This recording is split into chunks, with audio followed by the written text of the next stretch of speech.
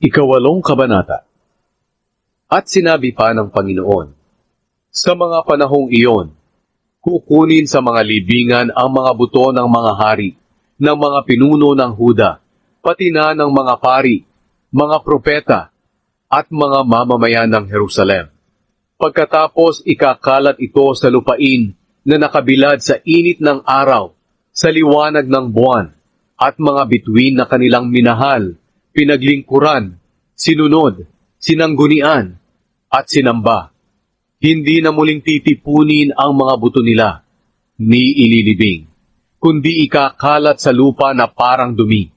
Ang natitirang buhay sa masamang bansang ito ay ipapangalat ko sa ibang mga bansa, at doon ay gugustuhin pa nilang mamatay kaysa sa mabuhay.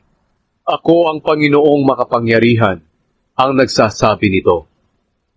Ang kasalanan at ang kaparusahan.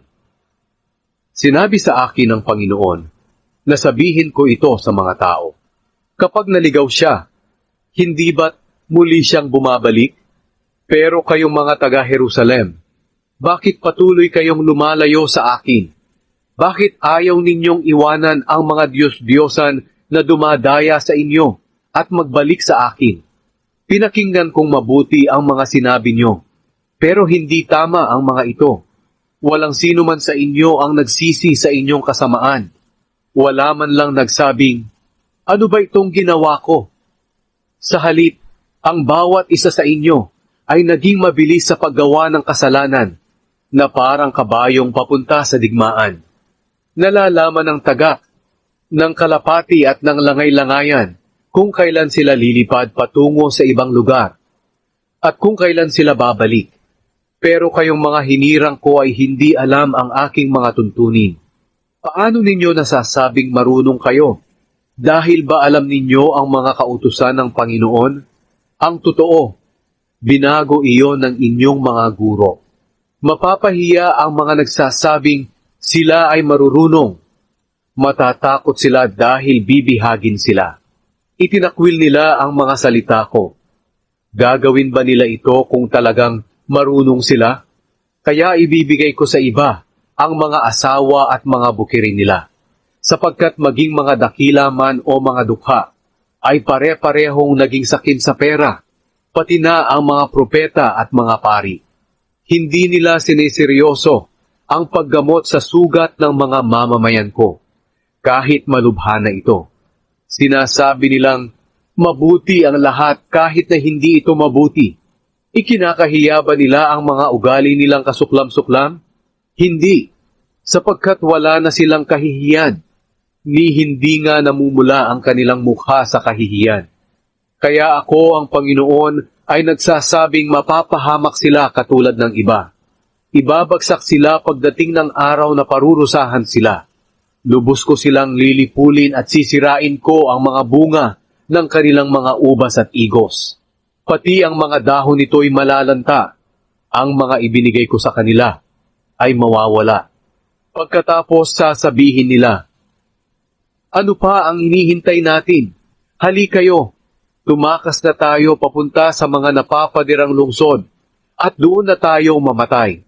Sapagkat hinatulan na tayong mamatay ng Panginoon na ating Diyos. Parang binigyan niya tayo ng tubig na may lason para inumin. Dahil nagkasala tayo sa Kanya. Naghintay tayo ng kapayapaan, pero walang dumating na kapayapaan. Naghintay tayo ng kabutihan, pero takot ang dumating. Ang singhal ng kabayo ng mga kaaway ay naririnig mula sa Dan. Sa mga halinghing pa lang ng mga kabayo nila, nanginginig na ang buong lupain. Dumating sila para wasakin ang lupain ito, at ang lahat ng naririto, ang mga lungsod, at ang lahat ng mamamayan nito.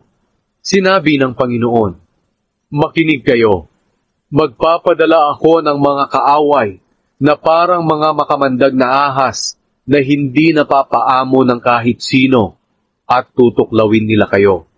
Pagkatapos sinabi ni Jeremias, hindi mapapawi ang kalungkutan ko. Nagdaramdam ang puso ko. Pakinggan niyo ang iyakan ng mga kababayan ko na naririnig sa buong lupain.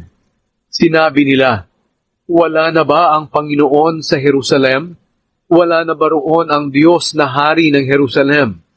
Sumagot ang Panginoon, bakit niyo ako ginalit sa pamamagitan ng pagsamba niyo sa mga Diyos-Diyosang walang kabuluhan?